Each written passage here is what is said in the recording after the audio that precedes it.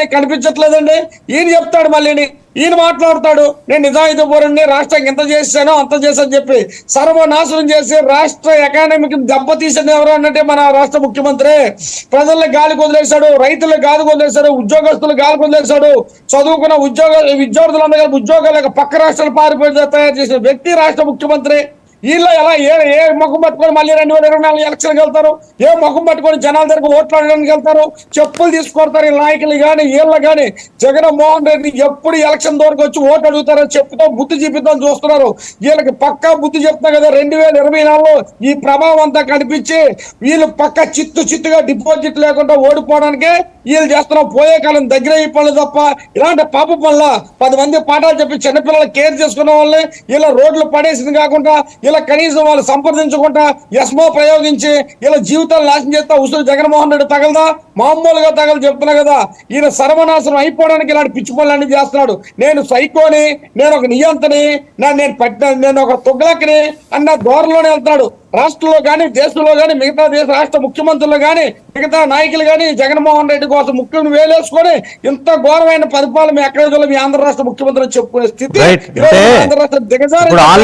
Already ముఖ శ్రీనివాస్ గారు already Janasena support ఇచ్చింది. అలాగే ఇన్ఫ్యాక్ట్ చాలా సందర్భాల్లో మీ నాయకుడు, మీ అధ్యక్షుడు వీళ్ళతో ఇంటరాక్ట్ అవ్వడం కూడా జరిగింది. అంటే వీళ్ళకి సంఘీభావం చెప్పారు. సంఘీభావం చెప్పడంతో పాటు వాళ్ళకి కావాల్సిన సపోర్టింగ్ మెజర్స్ కూడా జనసేన తీసుకుంది కదా. ఇప్పుడు ఈ సమయంలో ఎస్మా సమయంలో వారిని అరెస్ట్ చేసే పరిస్థితి వస్తే ఉద్రిక్త వాతావరణం ఏర్పడుతుంది. ఎందుకంటే అత్యవసర సర్వీసుల చట్టం కింద అరెస్ట్ చేయడం అనేది దారుణం. మా పోరాటాలు చాలా ఘోరంగా ఉంటాయి.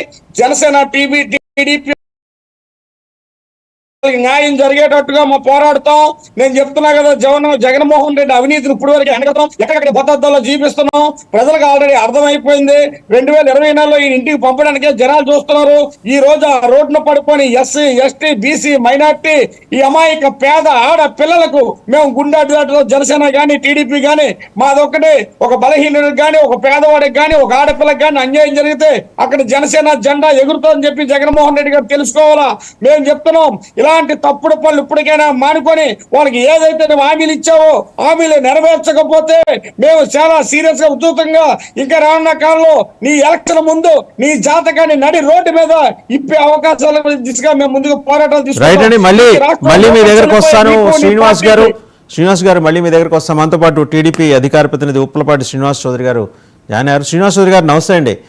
ఎస్మా ప్రయోగించడాన్ని తెలుగుదేశం పార్టీ జాతీయ ప్రధాన కార్యదర్శి ఇప్పటికే చాలా తీవ్రంగా నిరసించారు. ఆయన మీరు చూసే ఉంటారు ఆయన అన్న మాటలు, మళ్ళీ నేను ప్రత్యేకంగా చెప్పనవసరం లేదు. ఈ క్రమంలో తెలుగుదేశం పార్టీ ఎలాంటి సపోర్ట్ ఇవ్వబోతోంది? ఎందుకంటే వాళ్ళని అరెస్ట్ చేసేదాకా వెళ్ళిందంటే ఇవాళ మీరు ఒక విపక్షంగా వాళ్ళ అరెస్టులు కాకుండా అడ్డుపడాల్సిన అవసరం కూడా మీ మీద ఉంది. ఎందుకంటే మిమ్మల్ని మీరు ప్రూవ్ చేసుకోవడానికి చాన్నాళ్ళు మీరు యూఆర్ అవే ఫ్రమ్ ప్రధానమైన జీవన స్రవంతికి మీరు చాలా దూరంగా ఉన్నారు. పోరాటాలన్నీ ఇప్పటివరకు జనసేన చేసుకుంటూ వచ్చింది. ఈసారి కూడా జనసేన భుజం మించే తుపాకీ పేలుస్తారా? మీరు నేరుగా వెళ్ళి వారి అరెస్ట్ని అడ్డుకునే అవకాశం ఉందా? వసంత్ గారు, మొదట మీకు అలాగే 99 టీవీ ప్రేక్షకులకి, జనసేన నేత శ్రీనివాస్ గారికి, అలాగే అడ్మినిస్ట్రేటర్ కోటేశ్వరరావు గారికి, వైఎస్ఆర్సీపీ గారికి నా తరఫున తెలుగుదేశం పార్టీ తరఫున మొదటి నమస్కారాలు, మొదటి శుభాకాంక్షలు. రాష్ట్రంలో మహిళలు దాదాపు అంగన్వాడీ వర్కర్స్ 1,30,000 మంది పైచిలకు ఒక 25-26 రోజులుగా రోడ్ల మీద నిలబడి వాళ్ళు వంట వార్పు కార్యక్రమాలు కావచ్చు, మోకాల మీద పాదయాత్ర కావచ్చు, వివిధ రకాల అంశాలపైన నిరసన తెలియజేస్తూ ఎందుకు మా సమస్య పరిష్కరించలేదు జగనన్న అని ప్రశ్నిస్తున్నారు. ఆ రోజు పాదయాత్ర జరిగేటప్పుడు అంగన్వాడీ టీచర్ల దగ్గరకు వచ్చి మీకు 10,000, 11,000 ఇచ్చేది నేను వస్తాను 18,000 చేస్తాను, అంతెందుకు పక్క రాష్ట్రంతో పోల్చుకుంటే 1,000 రూపాయలు అదనంగా మీకు వేసిస్తానని చెప్పి ఆ రోజు నెత్తిన చేతులు పెట్టి ముద్దులు పెట్టిన జగన్మోహన్ రెడ్డి గారు ఈరోజు కన్న తల్లులు లాంటి ఆడబిడ్డల్ని ఇదులు ఎదిగేశారు. సరే, అంగన్వాడీ వర్కర్స్ విషయం పైన కొంచెం లోతుకెళ్ళినప్పుడు వాళ్ళు విలేజ్ లో ఉన్నటువంటి ప్రెగ్నెంట్గా ఉన్న మహిళలు కావచ్చు, అలాగే కొన్ని రకాల పౌష్టికాహారాలు సప్లై చేస్తారు. కాల్షియం మాత్రలు, ఐరన్ మాత్రలు, చిన్నపిల్లలకి మంచి పౌష్టిక ఫుడ్ అంగన్వాడీ కేంద్రాలు. వీళ్ళకి ఒక్కొక్క కేంద్రానికి 30,000 నుంచి 40,000 కొంచెం అటు ఇటుగా వాళ్ళకి ఖర్చు అవుతుంది.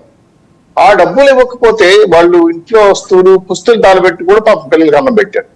ఒక ఆవిడైతే సరుకులు తీసుకుని వస్తా ఉండి ఆ కాలంలో పడి కొట్టుకుని చనిపోయింది ఆవిడ. అయినా ఆవిడ పాపము దాని గురించి ఆలోచించే మనుషులు కూడా లేదు, కరెక్ట్ బెనిఫిట్స్ కూడా ఇవ్వలేదు. తర్వాత ఇంకొక ఆవిడ ఇంట్లో పరిస్థితులు బాగాలేకపోతే కూడా అప్పు చేసి సర్పంచ్ దగ్గరికి వెళ్ళి ఆస్తి అక్కడ పెట్టి తీసుకొచ్చి సరుకులు తీసుకొచ్చి పిల్లలకు అన్నం పెట్టింది. కారణం ఏంటంటే ప్రభుత్వం భరోసా, ఈ పొద్దు కాకపోయినా రేపైనా డబ్బులు వస్తాయి, పిల్లల